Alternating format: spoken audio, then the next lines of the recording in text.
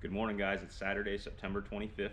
I last took you through a lawn video roughly 3 months ago in late June when I did my transition from cool season grass to warm season grass. Today, I'm going to do the opposite. Before I do that, I'm going to ask you guys to do something that I've never asked in another video before, and that is, if you do like this video or if it's helpful in any way, if you could just hit the like button or the subscribe button or leave me a comment. It would just help me to kind of try to expand my audience a little bit. Never asked that before, but hit the subscribe for me, hit the like button, leave me a comment. I would greatly appreciate it.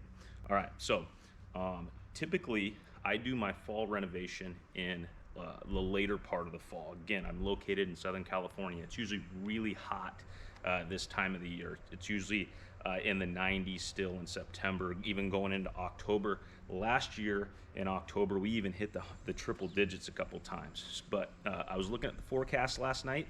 The forecast is supposed to be cool for Southern California standards, really roughly for the next 10 days plus going in through October.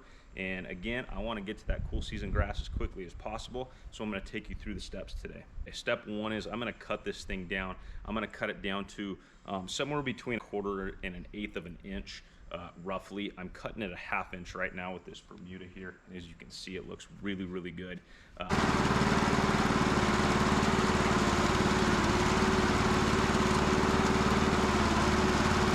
Step two is I'm going to verticut. I'm going to get a bunch of thatch out of here today and dethatch this thing with my Verticut attachment.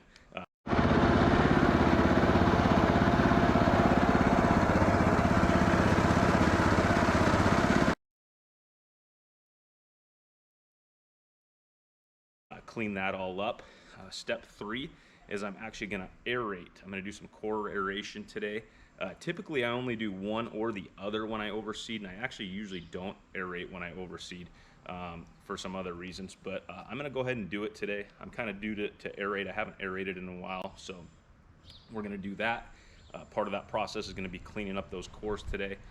Step four, what I'm going to do is I'm going to bring my springtime rake in here, and I'm going to clean up all that extra gunk, all that extra stuff that's in there, try to get this thing air flowing through it, water flowing through it, and let this thing breathe a little bit more.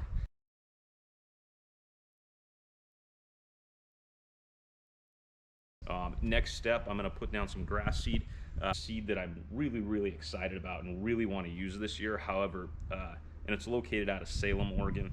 It's not available. I can't get it anywhere. I've offered money to the company.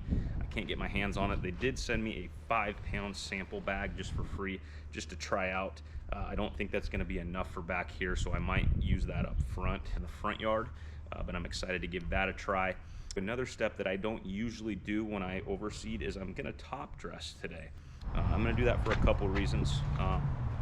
One, I kind of want to just try it out and see the results. But two, I want to kind of cover the seed today. Again, it is a little bit warm. We're supposed to get some temperatures. When I say warm in my area, it's supposed to be high 70s to kind of mid 80s, which again, for this time of the year for us is actually pretty cool.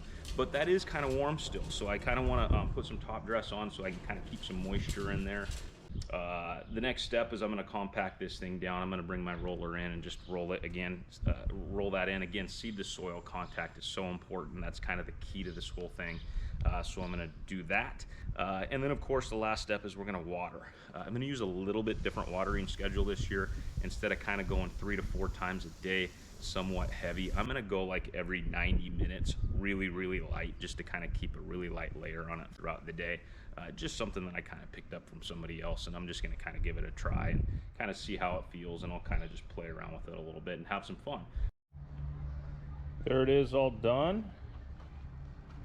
Sunday, September 26th, orange fence to keep the dogs off of the yard.